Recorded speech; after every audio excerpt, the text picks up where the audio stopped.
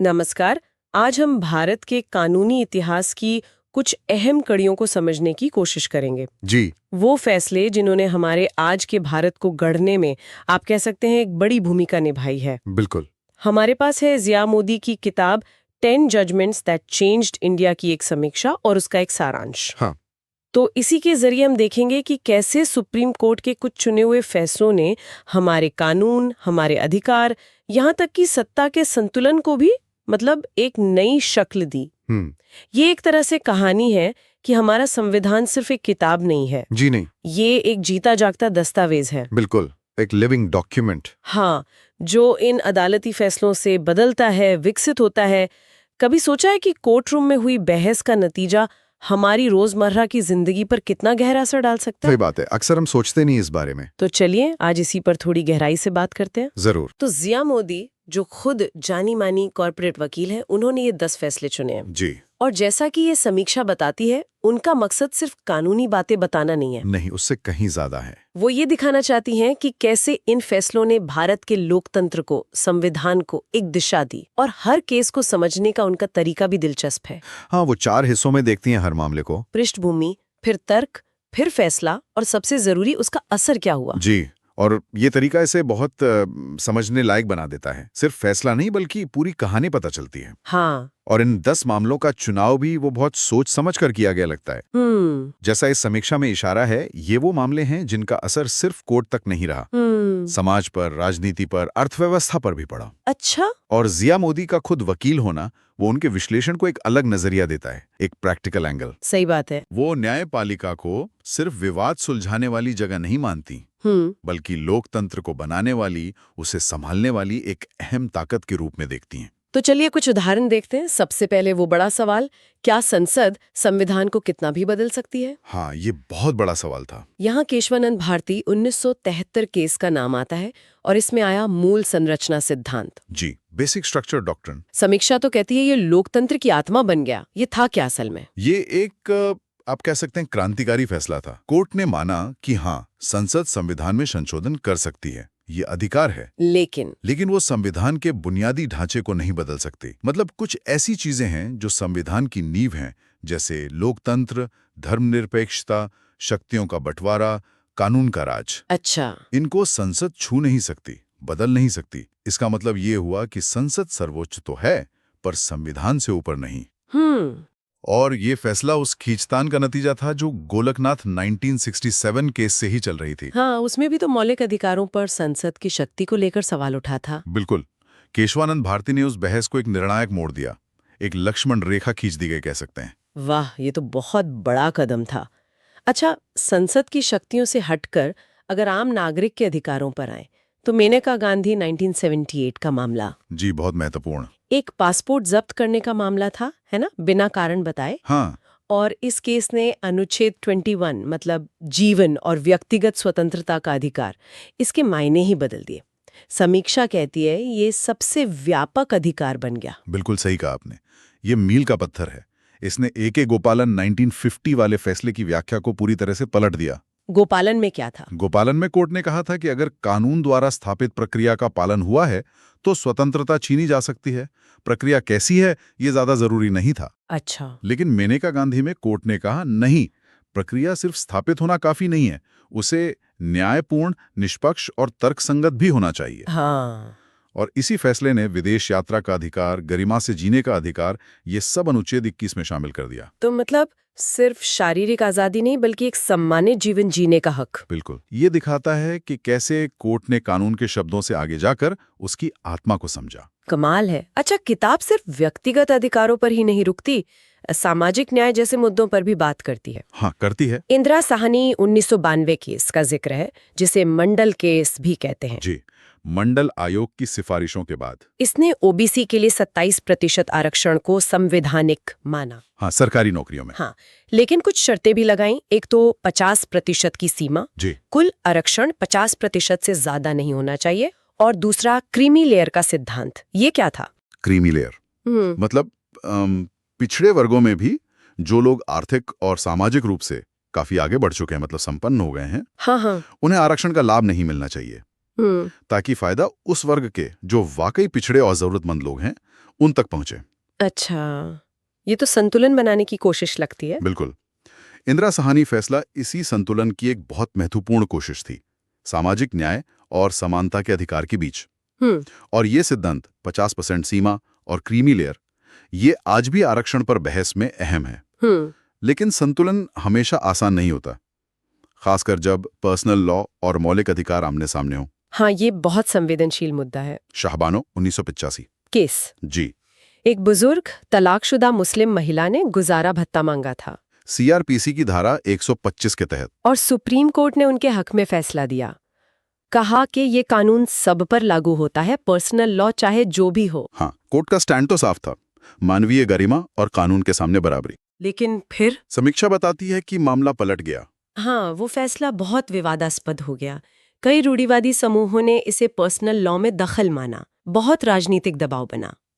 और फिर सरकार ने संसद में एक नया कानून पास कर दिया, मुस्लिम महिला अधिनियम 1986, जिसने सुप्रीम कोर्ट के फैसले के असर को काफी हद तक कह सकते हैं कम कर दिया। तो मतलब कोर्ट के फैसले के बावजूद राजनीतिक दखलंदाजी हुई। जी, ये मामला दिखाता है कि न्यायिक फैसले और जमीनी हकीकत, समाज, राजनीति, इनके बीच का रिश्ता कितना जटिल है, और ये समान नागरिक संहिता की बहस को भी हवा देता है। वाकई पेचीदा है। अच्छा, अधिकारों की बात घर से निकलकर दफ्तर तक भी पहुंचती है। विशाखा बनाम राजस्थान राज्य 1997। हाँ, ये भी एक लैंडमार्क केस है। मुद्दा था वर्कप्लेस पर यौन उत्पीड़न, और उस वक्त कोई खास कानून था नहीं इस पर। जी, ये बहुत बड़ी कमी थी और इसी कमी को सुप्रीम कोर्ट ने भरा। कोर्ट ने कैसे? जब कोर्ट ने देखा कि विधायिका ने इस पर कानून नहीं बनाया है, तो कोर्ट ने खुद पहल की। अनुच्छेद 14, 19 और 21 की व्याख्या करते हुए कुछ दिशा निर्देश जारी किए। अच्छा। जिन्हें विशाखा गाइडलाइंस कहा गया, और ये तब तक लागू रहने थे जब तक संसद कानून ना बना दे। ये एक तरह से जुडिशियल एक्टिविज्म था। मतलब न्यायपालिका ने कानून की खाली जगह को भरा। बिल्कुल, मौलिक अधिकारों को असलियत में लागू करवाने के लिए। और इन्हीं गाइडलाइंस के आधार पर बाद में 2013 में पॉश एक्ट, यानी वर्क प्लेस पर यौन उत्पीड़न रोकथाम कानून बना। कमाल है, जब रास्ता बंद था तो कोर्ट ने नया रास्ता बना दिया। लेकिन किताब, जैसा समीक्षा में भी है, सिर्फ तारीफें नहीं करती। नहीं, बिल्कुल नहीं। मुश्किल दौर की भी बात है। हाँ। आपातकाल का एडीएम जबलपुर 1976 केस, समीक्षा में इसे न्यायपालिका की सबसे बड़ी भूल कहा गया है। ऐसा क्या हुआ था इसमें? ये वाकई भारतीय न्यायपालिका के इतिहास का एक दुखद अध्याय है। इमरजेंसी लगी हुई थी, माहौल में बहुत दबाव था। सुप्रीम कोर्ट की बहुमत बेंच ने फैसला दिया कि आपातकाल में अगर सरकार किसी को बंदी बनाती है तो वो व्यक्ति कोर्ट जाकर अपनी हिरासत को चुनौती नहीं दे सकता। बंदी प्रत्यक्षीकरण, हेबियस कॉर्पस का अधिकार निलंबित माना गया। यानी जीवन और स्वतंत्रता का अधिकार भी निलंबित। हाँ, कोर्ट ने माना कि अनुच्छेद 21 भी निलंबित हो जाता है। सिर्फ जस्टिस खन्ना थे जिन्होंने असहमति जताई थी। इस फैसले की बहुत आलोचना हुई। इसने नागरिकों को राज्य की ताकत के सामने बहुत कमजोर कर दिया था। ये तो डरावना लगता है। हाँ, लेकिन कहते हैं ना, हर बुरे अनुभव से कुछ सबक मिलता है। अच्छा।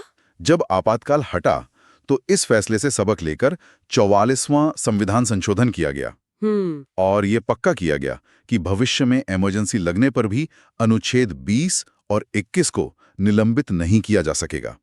तो एक तरह से उस भूल ने अधिकारों की सुरक्षा को और मजबूत किया।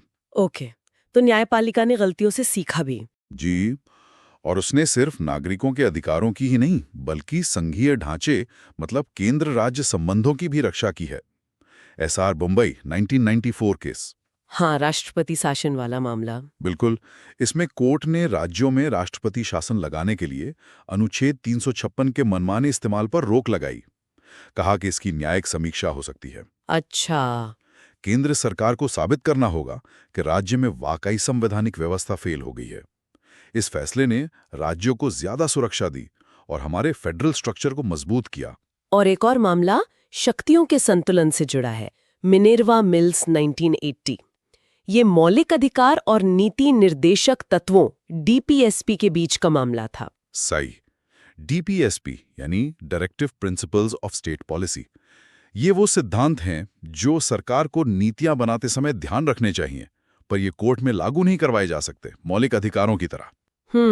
मिनेर्वा मिल्स में कोर्ट ने कहा कि मौलिक अधिकार और निदेशक तत्व दोनों ही जरूरी हैं।